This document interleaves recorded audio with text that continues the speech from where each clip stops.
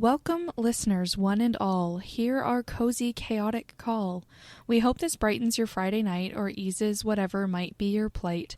This episode we debate a classic tale, so bring your beverages, snacks, perhaps ale, and settle in, be merry, forget your woe, as we proudly present our badly annotated show. Wow. Oh my goodness. Snaps. I'm not good at acting. I was absolutely floored the first time I heard that, which was the first time we recorded this episode. But that was still incredible. People are going to love it.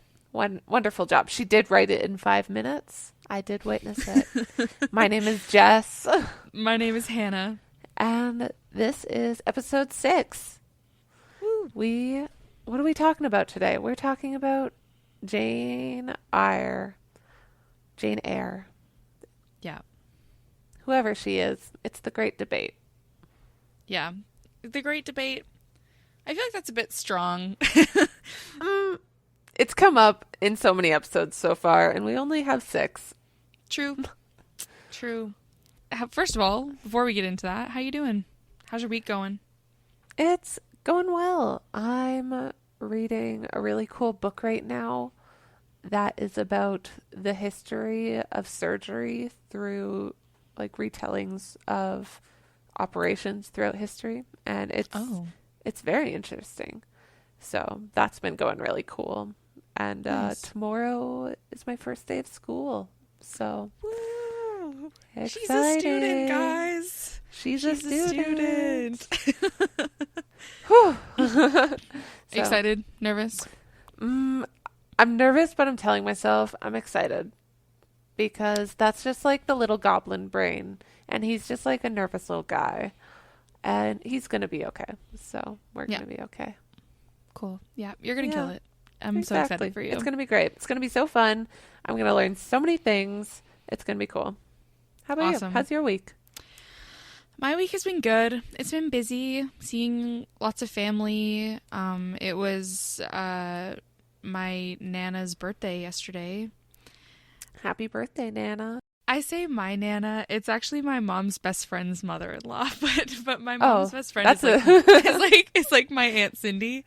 That's a connection of people. That's a chain of a chain. Yeah. Well, because my mom's best friend is my Aunt Cindy, and then her like mother-in-law, everyone just calls her Nana. Like everyone calls her Nana. Oh. Any young person, she's just their Nana. Got it. She's so cute. I love her. So we did a birthday celebration for her and like had a games day and everything. Cute. It was really nice. So that was awesome. And then I start school this week as well. Whoa.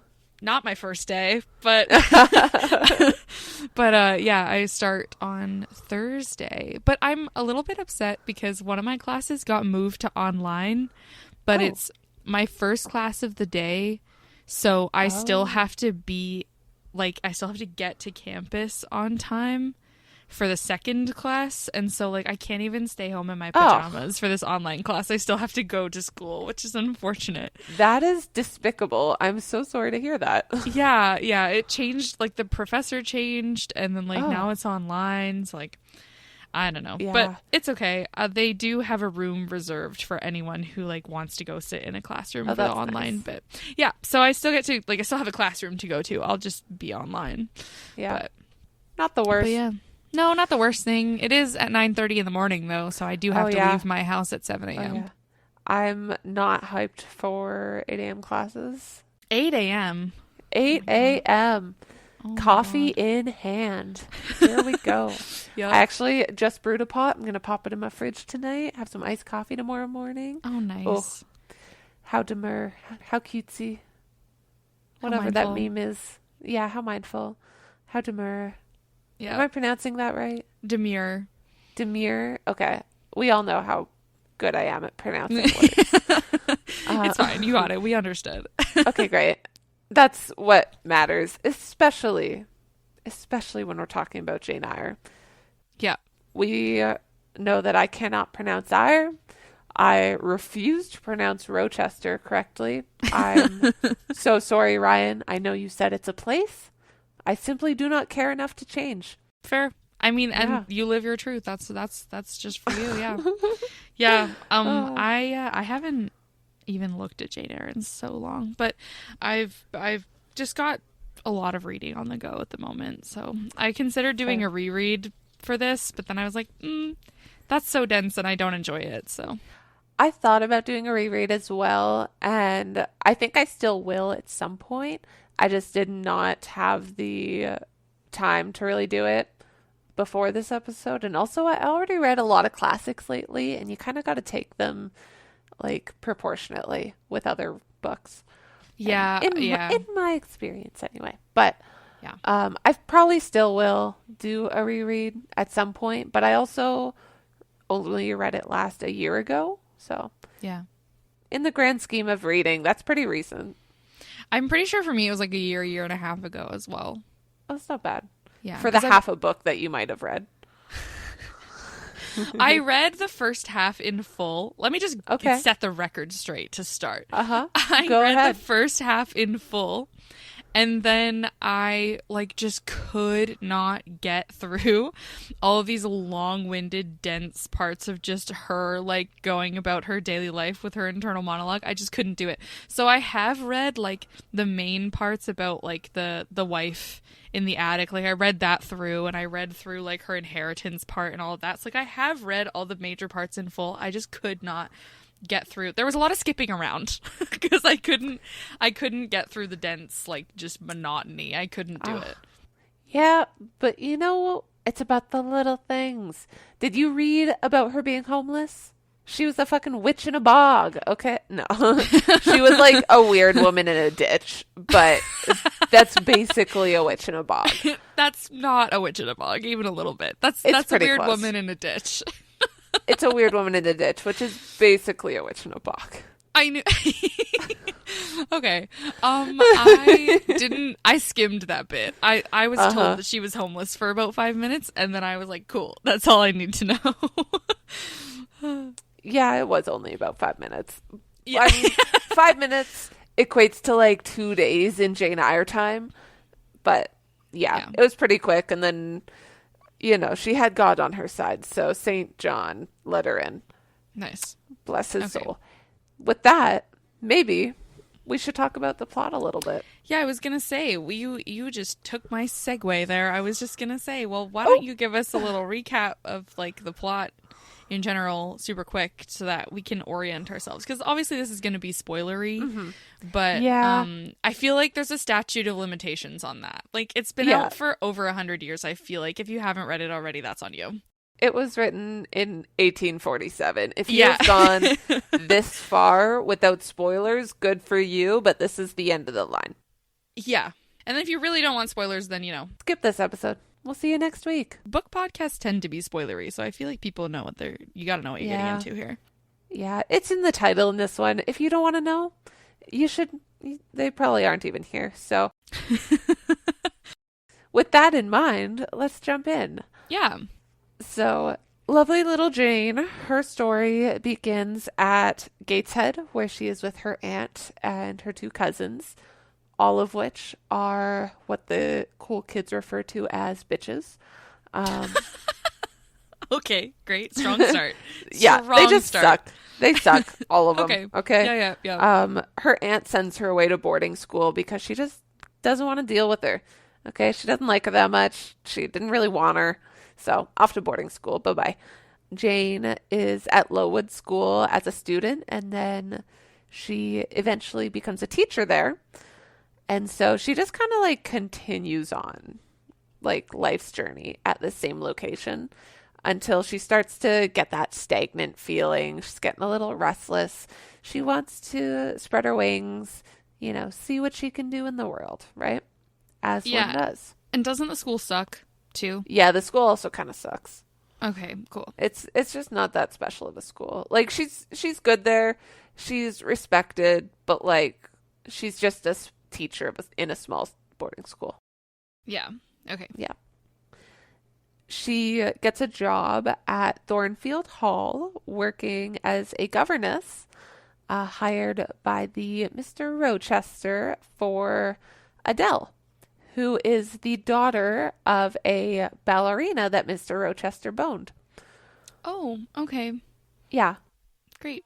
Yeah, Adele just kind of got abandoned with him. He's not her father. Oh. If I'm remembering correctly. Jeez. He just kind of acquired this child because it's 1847. What are you going to do? Yeah, just, you know what? Drop your baby off at a rich man's house. Sure. Exactly. And that's what she did, and it worked. Okay. He hired a governess for her. She's getting educated. That's crazy. I just thinking about that now again. It's Yeah. I can't believe that. Hot take. Maybe the ballerina was the main character. Yeah, plot twist. Maybe she's the genius here. Yeah. I know that the wife gets a side book, but I want to hear about the ballerina. She sounds like she lives a wild life. Yeah. All right. Jane, while she's working at Thornfield Hall, starts getting closer with Mr. Rochester. They're spending some time together. His bed gets lit on fire in the middle of the night. Right. And that's not weird. It happens. They certainly treat it like it's not weird. Yeah, they're really trying to make it seem like this just happens sometimes. Yeah, like that's okay. No, it doesn't. But that's okay. Moving on. Jane and Mr. Rochester also start developing a sort of relationship together. Calciprese. Yeah, of course, there is a bit of a power dynamic there because he's her boss. She grew up from nothing. So Jane feels like even if they were to get married, societally, she would always be below him. She would never be his equal. So she always kind of feels a little bit icky about it, but also she really likes this guy, okay? Like, really likes him. No idea why, but she does. Yeah. Yeah, he is the most gaslighty, condescending little rat of a man I have ever had to read about. But she loves him. I feel like that's the one point you and I agree on, is that we do not respect Mr. Rochester. No, he is slimy. He Ew. is gross. And dude should work for the city because the gaslights, crazy. Yeah. And that's also not to mention the fact that he locked a woman in an attic. We'll get there. Mm-hmm. That's basically next. Because after they get Segue. engaged, there is a sort of vampiric presence haunting Jane in the middle of the night, standing over her very threateningly. But you know what Mr. Rochester says about that? Nightmares. Oh, yes. Yeah. Oh, you must have imagined it. women in your hysteria. Like, your uterus is Yep. out for a walk. Like, Are you sure it's not a full moon? oh my God. Yeah. Right. Yeah. Forgot that Yeah. part. Yeah. So, Mr. Rochester is as he is, and him and Jane are set to get married. They are at the church. It's beautiful. It's about to happen. Wait, there's an objection. This man is already married. And where is his wife, you may ask? Well, she is locked up in his attic, but she's not really locked up that well because she's been having a heck of a time lighting beds on fire and looming over people in the night. She's just having a gay old time. Yeah, she is living as good of a life as she physically can. Rochester has locked her in his attic because she is considered, quote unquote, insane. And he considers her essentially less than human. He goes, this is clearly basically a beast in conscience and in mind. I should not have to be legally married to her. I should not be obligated to this. Like, this is not what I signed up for, basically. And so he believes that he should be able to marry Jane, given his circumstances. Oh, Okay. poor him. Yeah, Jeez. he is so hard done by. Poor Mr. Rochester in his big fancy castle. So, Jane's big issue with all of this, believe it or not, is not the fact that Mr. Rochester is a gaslighting douchebag. It's not the fact that he has his last wife locked up in his attic, but it is the fact that he already had a wife. That's it. That is the only thing upsetting in this situation, is that he was already married, and she cannot believe that he would lie to her about that. And so she must go. She must. She cannot stay employed to him. She cannot marry him. She cannot be there. She has to go. And so she does.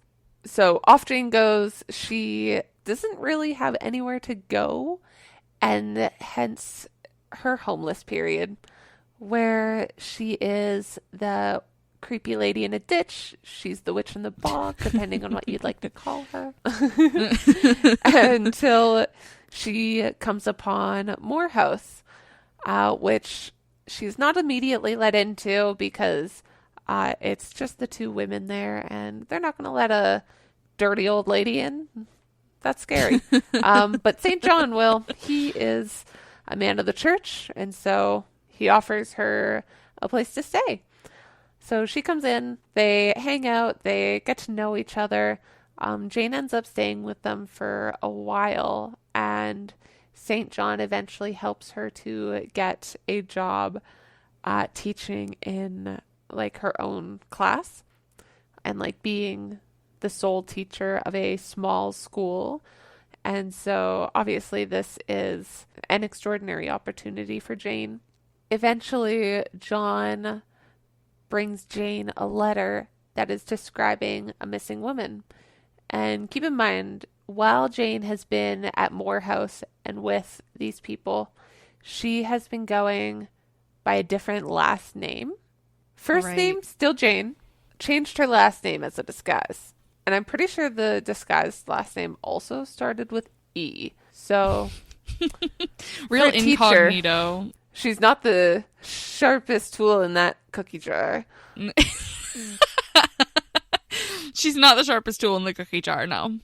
No. So, sweet little Jane immediately gets found out as soon as they put two and two together, and they go, "Hey, are you the woman they're looking for? Because she just got a crazy inheritance." And she goes, "Oh, that's me." That is in fact me. Yes. Yeah. I'll take that. I'll just claim that real quick. Thank you. Yep. And so that inheritance was from her father, her uncle, her father. I think it was her uncle. No, I think it's because her father had a falling out with their father, which is his brother, and actually they're all cousins. And so, plot twist. Yeah, the fortune I think was originally supposed to go to St. John and his sisters, but because of the falling out between their fathers, Jane is the one that received the inheritance. Mm-hmm. But throughout this entire story, all Jane ever really wanted was a family. She didn't get siblings growing up because her aunt and her cousins treated her like dirt. She didn't really get that experience at school. She wasn't the most popular of kids. And then she's just been on her own working for Mr. Rochester. So having just found out that she's related to these people that she's just spent so much time growing close with is really her first experience with family. So that's a really beautiful part of the book. And so with this inheritance, she decides to split it between the four of them. She goes, if I split it, just my quarter is still more than enough for me to live off of and be happy with. Mm-hmm. And then you guys would also have enough money to buy back your family home, because I think it was their father had recently died, or like in the past year. So them losing the home was a big concern, but this money saved that. And so Jane is essentially living happily ever after. She has the perfect job. She has her family. She has money. But wait, there's still like 50 pages left in the book. What's going to happen? Oh yeah, what does she do with all of this money? What does she do? You know what she's missing? Instead of being free, she goes back to look for the man. Ugh. She goes back to Thornfield Hall, but when she gets there, it is burned to the ground. There's nothing left. And so she goes, oh, where's the guy that lived here? And they go, oh, yeah, his crazy wife lit the place on fire, jumped off the roof, died. Most of the people left, but him and like 2 people that used to work for him are over at his other property over there. So Jane goes, cool. No biggie. Thanks. Yeah, like, no biggie. Nope. Oh So my Jane God.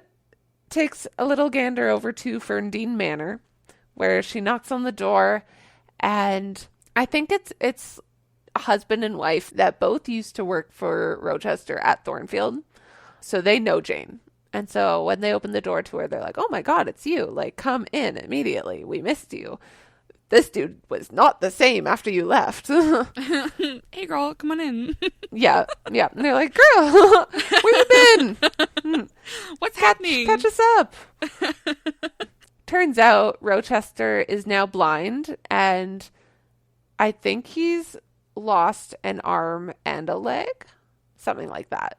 Yeah. He's lost limbs. He is very differently abled than last time Jane saw him. Yes. And so Rochester does not want guests. He is so embarrassed. And so when they tell him he has a guest, he turns Jane away. And so Jane goes, okay, let me bring him his lunch. He's blind. He's not going to know. And they go, okay. Because Yeah, they're sure. friends. Oh my God. That in itself is like so problematic. Like, Yeah. he's blind. He won't know. What? Okay. So Jane brings blind old Rochester his lunch, and then they reunite, and Jane goes, let's get back together. And he goes, no, we can't possibly. You would just be taking care of me. I'm just a leech. I'm nothing. I'm not worthy of you anymore. You would just be taking care of me as an old man, as a blind man without limbs. And it would just be terrible. And she goes, I don't care. I love you. And he goes, okay. Twist my rubber arm. Yeah. And Jane says, and I quote, reader, I married him. And that is my least favorite line in the book. Yeah. The reader, we mad. Yeah. Jane, bad choice. And that is the entire plot. Start to Wow. finish. You have now read Jane Eyre. Brilliant. I feel like Yeah. that just saved me. That would have saved me so much time. Yeah. Thank you. Round of applause. You're welcome. Thank you. Oh.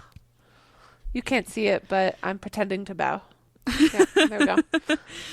Can confirm, yeah. Okay, wow. Yeah, so that's the plot. That was wild. Do you want to start us off with let's do, you tell me why you love it so much, and then I'll tell you my rebuttal. Okay. I love it because, well, firstly, someone that I'm personally very close to recommended it to me.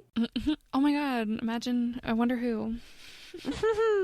And didn't tell me at the time that she absolutely hated it. And Nope. it would then go on to become a shockingly large part of my life. Just talking about this one book. But yeah, so someone very special recommended it to me. It was me. If that wasn't clear, it was me. It was you. It was Hannah.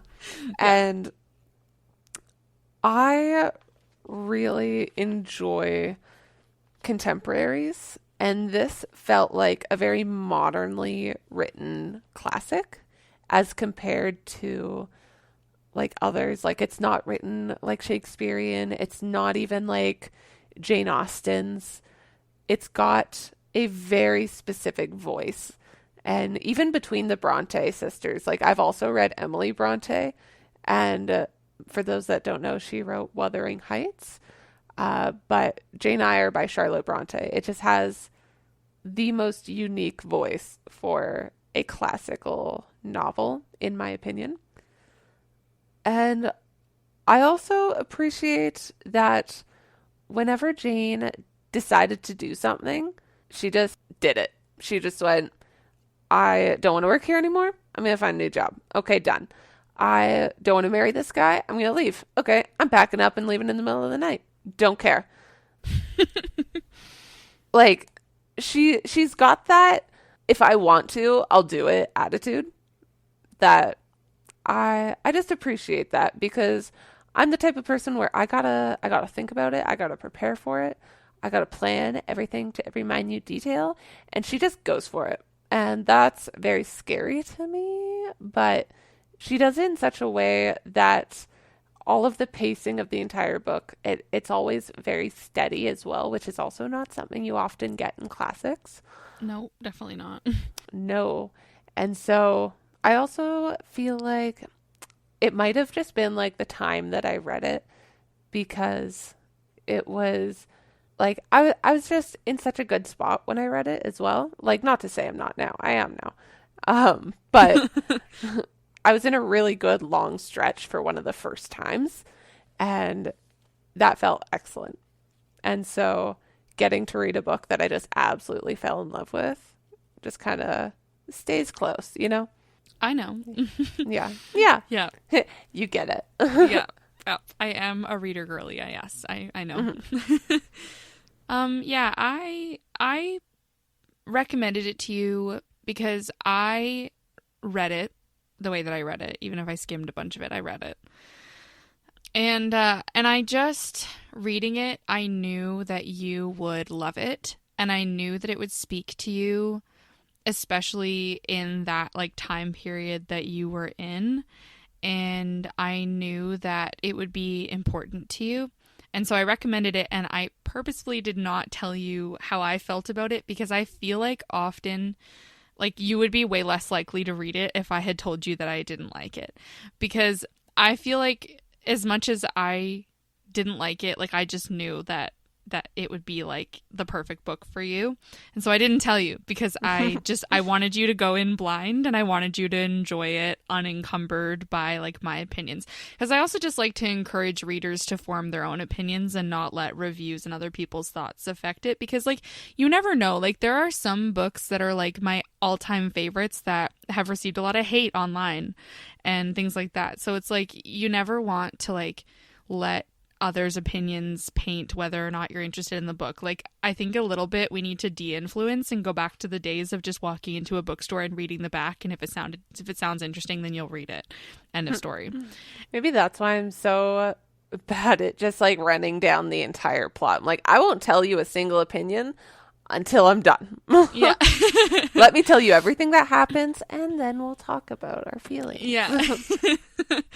Yeah, like I like to just, like, if I give a recommendation, it's not even necessarily because I liked the book, it's because I read this book and I know you'll like it. And so I don't really share my opinions with people until, like, if I'm making a recommendation like that. And I was right, turns out. And so I'm really glad for that. Mm-hmm. Me too. I definitely agree with you on like where you say about like everything Jane does. Like, she just makes a choice and she's like, great, yep, this is what I'm going to do. And I like that a lot, and I can identify with that because I'm totally like that. I'm very much a leap and a net will appear type of a person. I have so much faith that like no matter what happens, like it'll be what's meant to happen, and like leap and a net will appear. Like if like I just sort of follow my heart, if something feels right, I just do it. Like, oh, okay, like I make crazy like huge life decisions like that, like super quick, because I just have this like faith that it'll work out. And so I sort of identified with Jane on that of like, you know what, this situation's not working for me anymore, let's change it. Why not? Let's try this other thing. You know, like Exhibit A starting a podcast randomly one summer. I was like, you know what? This could be fun. Sure. Or like, oh, like where I don't want to live where I live anymore. Cool. I'm going to move to Winnipeg when I graduate. Like, these are just like big life choices that I make. And so I always appreciate, I do appreciate that about Jane Eyre. And that's sort of where my appreciation ends.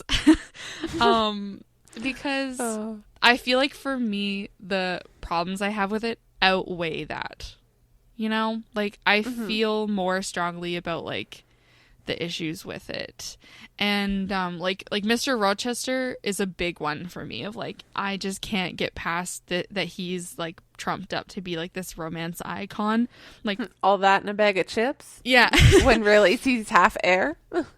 Yeah, in the classes that I took, like studying Jane Eyre, there were like large groups of people who like genuinely unironically believed he was a romance icon, and I just could not fathom that at all. I don't understand.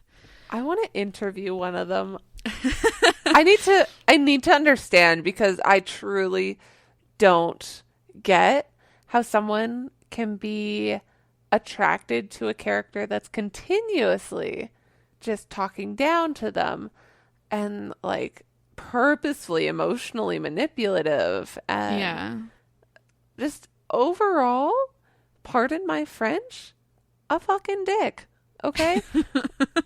He's not a nice guy. No. Why did we marry him, reader? Yeah. I don't know. Yeah, exactly. I feel like you agree that we hate Mr. Rochester, and I agree that Jane is like kind of a powerhouse of making like being very decisive, and like those are our only commonalities. Because like I couldn't get past the fact that I don't really believe Jane, because like she spends large portions of the book telling us how plain and ordinary and like, you know, off to the sidelines, and how she's like basically nothing. Like her self-image is not very good at all. I mean, neither is mine though. Like, I mean, tell me that's not realistic.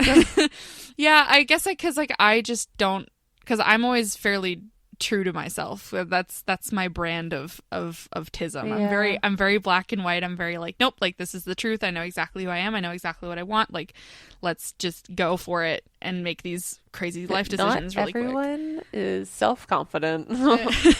Jane is not one of those people. No. And so like early on she's going on about how like plain and ordinary and everything she is. But then like her actions consistently do not line up with that. And so I couldn't reconcile that dissonance, because again, like just the way that I operate, I have a hard time reconciling dissonance like that. And also later on, when she gains some self-confidence, she suddenly is like telling the reader all these things about how she's like independent and she's doing all of these things and all of that. But then she still goes back to the guy, and like her actions, again, like she doesn't put her money where her mouth is. And that's, right? I guess, my main issue with her. Oh my God. What I don't get is, okay, so there are so many essays written about how Jane Eyre is such a feminist novel. Yeah. Disagree. Same. Disagree. I would not call Crawling Back to the Man That Speaks to You Like a Child and tells you that you are literally crazy, and to cover up his own misdeeds, by the way. Yeah. And turn it around so that you're still the one begging him. No. It made me feel so gross. And then the fact that she was like, it felt like a brag that she married him. And I was like, yeah, girl, you could have done better. Yeah, and like I can see the argument that like ultimately she when she does finally go back to him, it is her choice and it's not out of necessity, because she has this inheritance and she's independent. So she's making this independent choice. Like, fine, I can see that argument that like, okay, yeah, she did go back to him, but that was because she wanted to. It wasn't because of any like outside force. But yeah, but also maybe her outside forces should have told her not to. But like also the only reason that she's okay with marrying him in the end is because he like is blind and like I think differently she would abled. have gone back to him even if he was still at Thornfield. Like, I don't know. Like, she went there first. Like, she was already willing to marry him again. It didn't matter that. Yeah. Like, it didn't matter that he had been so seriously injured. She was already ready. And, like, she was just going to go do it.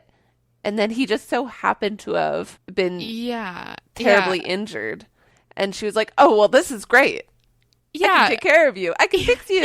Yeah. Like, what? Like, oh, good. Like, we can be equals now because you're blind. Like, what? And it's like, that's so girl. Crazy. Yeah. And I also it is my least favorite part of the entire book. Yeah. So, like, we do agree on that. But I also, like, feel like they did Bertha. That's her name, right? Bertha? Yes. Bertha. They did Bertha so dirty. Like, Bertha is the feral wife, for reference. Yes, yeah. And she, I don't believe a single word that anyone says about her situation. I fully think that, she probably had an opinion at some point, and he was like, oh, no, you're insane, put you in the attic. Like, I don't think, all we have is Mr. Rochester's word that, he's a liar. We know that. So, yeah, and he was like, oh, I was pressured into marrying her. And it's like, were you? Were you, though? Because you don't seem easily pressured into anything. No, you kind of just decide that you want something, and then you just manipulate everybody around you until you get what you want. Yeah, and so, I feel like I've seen some arguments that, Bertha's actually the main character of, the whole Jane Eyre saga. Disagree. I know you disagree. I don't totally agree either, but I think it's an interesting thing to think about. I think it would be interesting for some books, but not for this one. Because, okay, even Emma by Jane Austen, I'm convinced that Harriet is the main character of that book because she's in the entire book, you know? She's always present. She became friends with Jane right at the end, or right at the beginning, and she was there up until the end. And the entire thing is Emma just screwing over Harriet. But with Jane, the feral wife, Bertha, she's only in there for technically maybe a third of the book. She haunts Rochester. She is revealed standing over Jane. She comes into play after the wedding ceremony was supposed to happen when he's like, let me show you. I'm not a terrible guy. Look at this. And then Jane finds out that she jumped off the burning roof. And that's it. There's so much more book without Bertha in it that I don't think she can be considered the main character. Yeah, I found Bertha to be more integral to the plot than Jane was. I feel like Jane, everything was just sort of happening to her. And she was just sort of making choices based on her circumstances. Because that's another thing. I've seen a lot of arguments of her being this feminist icon and being totally free. No, all the choices that she made were out of survival. She is decisive. I will give her that. And she is strong in that way. But it was all circumstantial. It wasn't necessarily she's not ever really truly free. And she seems okay with that in some way. And so I just I don't believe that character. And so that's my main issue with it, personally. Can a character be blamed for not having control over what pushes them to make decisions, though? No, a character cannot be blamed for not having control, but they can be blamed for trying to gaslight the reader into thinking that they do. Because I felt that way about her. And I didn't like that. Right. Because she does talk to the reader. Yes, she talks to the reader. I feel like she's trying to sell something to me that's just not true. I can't. It's an MLM. Yeah. I feel like I'm the showing and the telling are not lining up, and so I'm just not having it. that's right, my issue with it. Whereas Bertha, you know exactly what you're getting. Mm-hmm. And she never pretends to be anything other than what she is. And also I feel like she was used as a plot device, which I didn't love either. Yeah, she absolutely was. But also you have to consider it in the context of the time that it was written, right? A lot of this stuff obviously would be problematic now, but back then that was the norm. St. John and Jane were cousins and he asked her to marry him. But that was normal then. They were only first cousins. Yeah, so you do have to be aware of the context, and I understand that. So, I do, give some of that stuff a pass because, also just, writing conventions at the time were completely different, and this novel was very modern for the time that it was written. Very modern. Which I can appreciate because it was a little bit of ahead of its time, and I do appreciate, novels that break the mold. So I will give it that. I just can't get past the fact that there's such a disconnect between what we're being shown and what we're being told.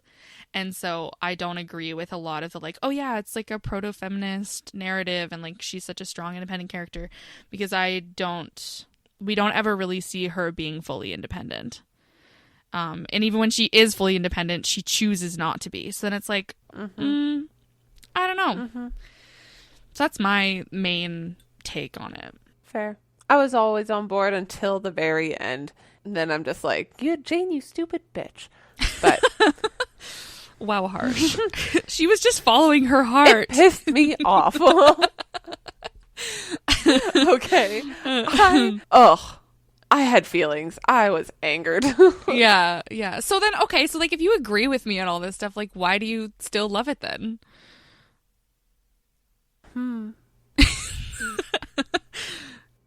I think I really, okay. I enjoy when stories are, I like to say they're plausible. Okay. This could happen. Or like a situation like this easily could happen in day-to-day life. And I find stories like that, are a lot less tropey, which makes them then less predictable. Because if I can tell you what's going to happen in a story, not interested, yeah. Not interested.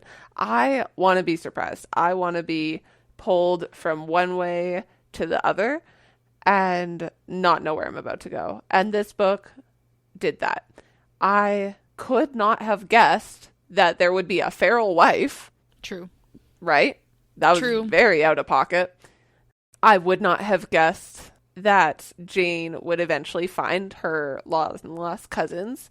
I thought she was just gonna go like be a fucking peasant somewhere and like maybe work in another school. Who's to say? And especially did not see her crawling back to him coming. Yeah, that was crazy.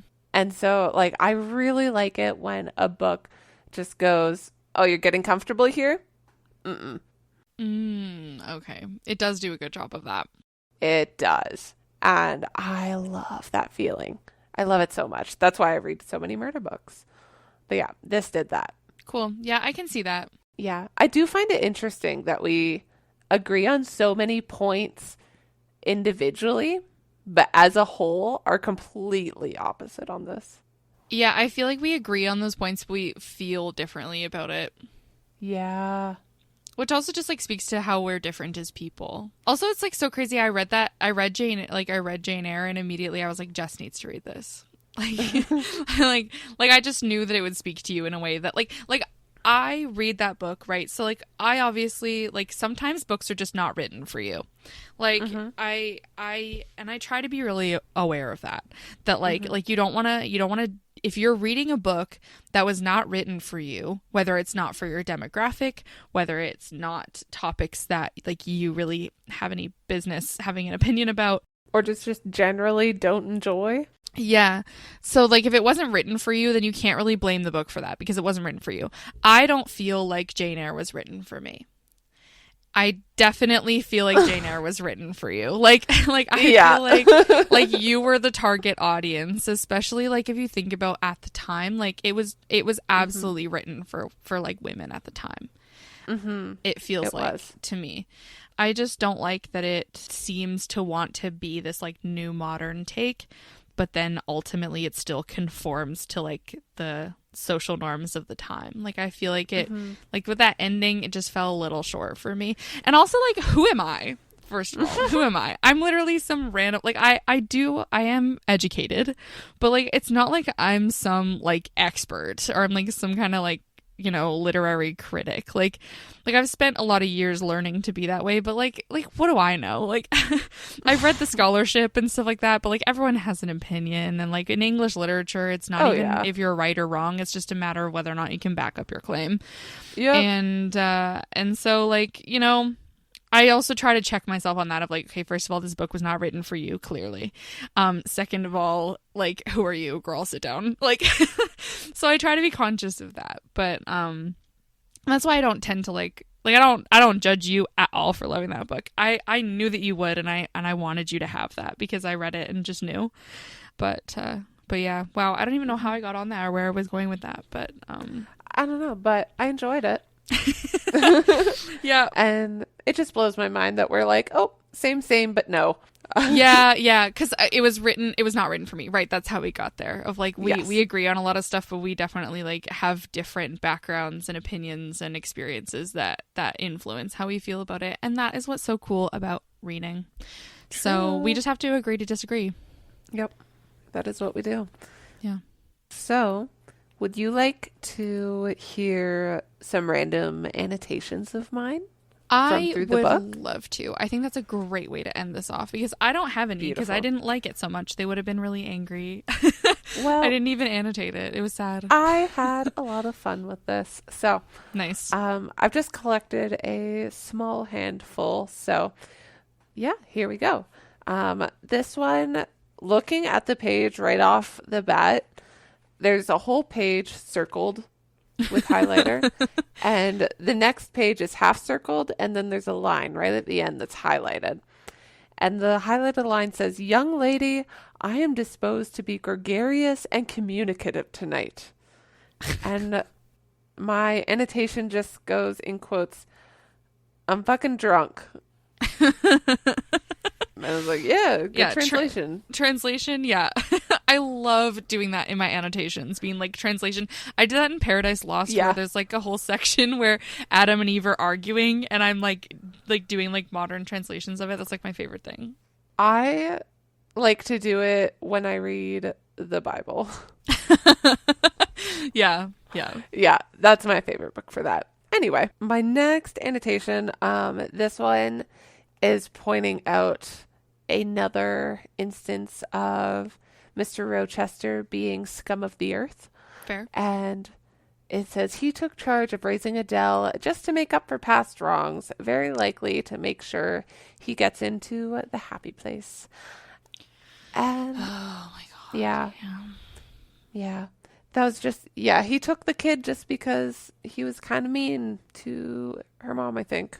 Or just in general. I don't know. But that's his free ticket. Yeah, that's just so wild to me, and I just. But Mr. Rochester did it wrong. Yeah, I'm not a fan of Mr. Rochester at all. No. My next one is just a quote, but it is my favorite quote in the entire book. It is on page 284, and so it says, "I am no bird, and no net ensnares me. I am a free human being with an independent will, which I now exert to leave you." And it has to be the full quote, okay? People say the first part, or just the "I am no bird and no net ensnares me," and I'm like, where's the good bit? Yeah, that is like props. That is a fire line, to be fair. Yeah. And that is great. The amount of sass and composure in the same sentence? Oh. Yeah, it's just the showing does not match the telling there in the end, but no. But it was a good moment. Incredible moment. Yeah. There's a lot of underlines on that page. Yeah, fair. So, yeah. Love the moment. So, Mr. Rochester, my one note about him here says he pulled a Barney Stinson. Whatever do you mean? If you have watched the TV show How I Met Your Mother, I have. You'll recall when Barney tried to trick Robin into thinking that he was dating Patrice. Right. And then that led to his proposal to Robin. Yes. Mr. Rochester did a very similar thing to Jane. And she still said yes. Yeah, he made her think that he was courting someone even lower than herself. And he said, "Well, I feigned courtship of Miss Ingram because I wished to render you as madly in love with me as I was with you. And I knew jealousy would be the best ally I could call in for the furtherance of that end." Page 294. Mr. Rochester, babe, that's not how it works. It's like, I decided to manipulate you. Yeah, let me just openly admit that. Like, great. Like, Thank you. Sweet, I guess. Like, yeah, what? Later down that same page, he calls her my good little girl. Ew. So, Gross. There's that. My next note just says, "Oh, he pissed." Wow. Need I say more? Very, very mindful, very demure. Yes. Thank you. Demure. She's a student. Exactly. Yeah. This is post-secondary note-taking. Oh, yeah, for sure. The next one, the line highlighted is now for the hitch in Jane's character, which is said again by Mr. Rochester. And my note just says, this motherfucker. And on the opposite page, you can see another annotation that says, all people did back then was gaslight, gaslight, gaslight. And trying to gaslight him back by being nice, question mark. And on the next page, I believe it says, how many times can I make note of gaslighting in one book?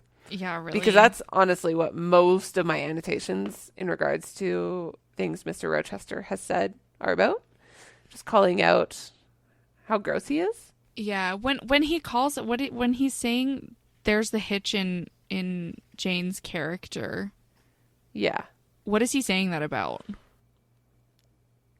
Solitude, solitude, he reiterated with irritation. I see I must come to an explanation. I don't know what sphinx-like expression is forming in your countenance. You are to share my solitude. Do you understand? So this is when he's like trying to pressure her into marrying him still. Mm-hmm. I shook my head. It required a degree of courage, excited as he was becoming, even to risk that mute sign of dissent. He had been walking fast about the room, and he stopped, as if suddenly rooted to one spot. He looked at me long and hard.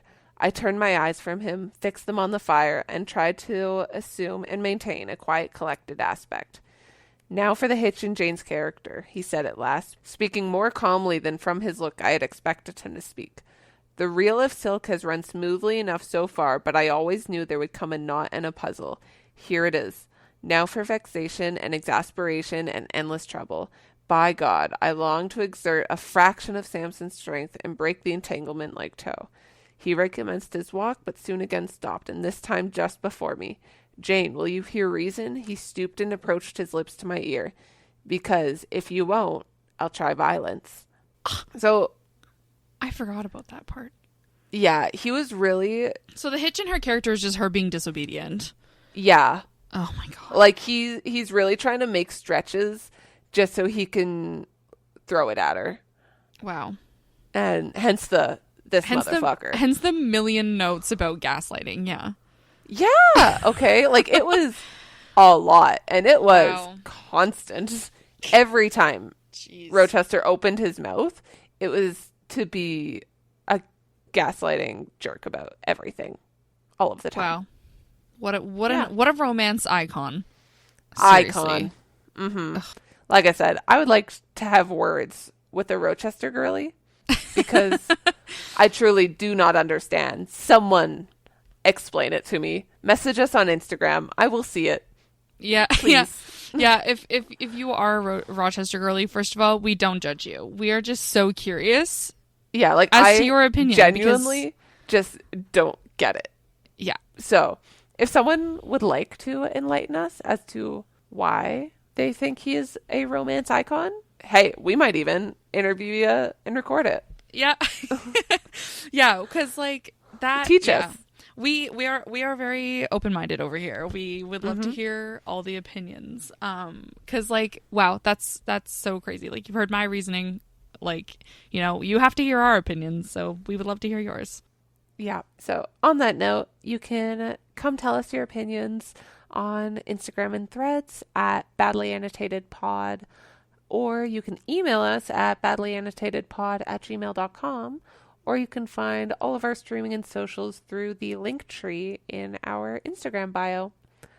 And with that, best wishes, kindest regards. Sincerely, Jess and Hannah. Yay!